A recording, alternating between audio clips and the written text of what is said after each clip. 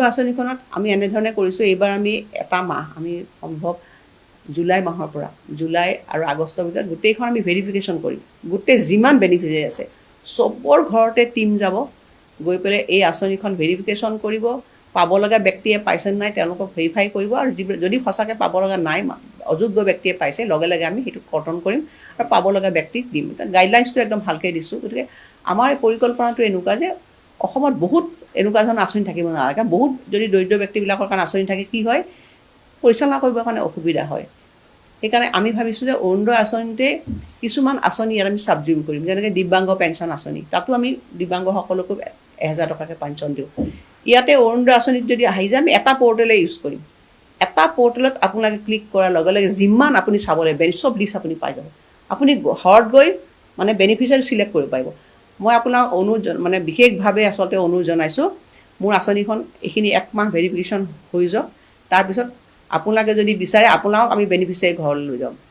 আপোনালোকে চাব যে মানুহজন এটা স্কিমটো পোৱাৰ যোগ্য হয় নহয়। আমি ছাবজুম কৰিম বুলি ভাবিছোঁ।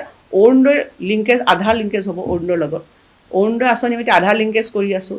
আজি দিব্যাংগ পেঞ্চন আঁচনিটো আমি ইয়াতে কৰি দিলোঁ। কোনো কাৰণতে অযোগ্য ব্যক্তি যাতে স্কিমটোত পাব নালাগে। দিব্যাংগ পেঞ্চনটো কৰিছোঁ, বৃদ্ধ পেঞ্চন আমি অহা নাই, এইটো পঞ্চায়ত আৰু ৰুৰেল ডেভেলপমেণ্ট। সেইকাৰণে মই এবাৰ দিব্যাংগ পেঞ্চনটো অৰুণোদয় আঁচনিলৈ আনিছোঁ, কাৰণ পৰ্টেলটোৰ কাৰণে। কেতিয়াবা কি হয়, মানে একেখন ঘৰতে 4-5টা মানুহে স্কিম পায়। একোখন ঘৰতে এনেকুৱা বহুত কমপ্লেইন আহে, কোনোবাই হয়তো নোপোৱা। গতিকে আমি যেতিয়া সুন্দৰভাৱে যদি ট্ৰান্সপাৰেণ্টলি পৰ্টেলটো কৰি দিওঁ, আমি সকলো ধৰণৰ ইয়াত ব্যৱস্থা গ্ৰহণ কৰিছোঁ। আধাৰ লিংকেজ কৰিছোঁ, তাৰপিছত আমি মানে ঘৰ ভেৰিফিকেশ্যন কৰিম, অৰুণোদয় লগো কৰিম, আৰু তেওঁলোকে ডিক্লাৰেশ্যন দিব লাগিব যে মই অৰুণোদয় আঁচনি দিছোঁ। কাৰণ কেতিয়াবা মই এটা কমপ্লেইন পাইছোঁ, ছাপ'জ এজন মানুহ পাব লগা ব্যক্তিয়ে পোৱা নাই, মানুহে মনে মনে স্কিমবিলাক লৈ থয়, তেওঁতো মানে এইটো নল'লেও হয়। যেনেকৈ ৰেচন কাৰ্ডবিলাক আপোনালোকে দেখিছে, মানে মেন ওৱান ৰেচন কাৰ্ড এইটো যে কৰিছে, তেতিয়া বহুতে চাৰেণ্ডাৰ কৰি দিলে। আমি মানে সেনেকুৱা ধৰণৰ মানুহক এটা অপশ্যন এটা দি দিম যে আপোনালোকে আপোনালোকৰ ঘৰলৈ আমি যাম, যোৱাৰ আগতে আপোনালোকে যদি নিজে চাৰেণ্ডাৰ কৰক। এনেকুৱা ধৰণৰ অপশ্যন আছে। কমপ্লিটলি এটা পৰ্টেল বেছ হ'ব, হৈ পেলাই একদম ট্ৰান্সপাৰেণ্টলি যাব, আৰু যিখিনি মানুহ পোৱা তেওঁলোকৰ ঘৰত লগো থাকিব, আৰু সেই অৰুণোদয় ব্যক্তি হোৱাৰ লগে লগে আমি গম পাম যে এই মানুহজনে বাকী স্কিমো তেওঁলোকে পোৱাৰ যোগ্য।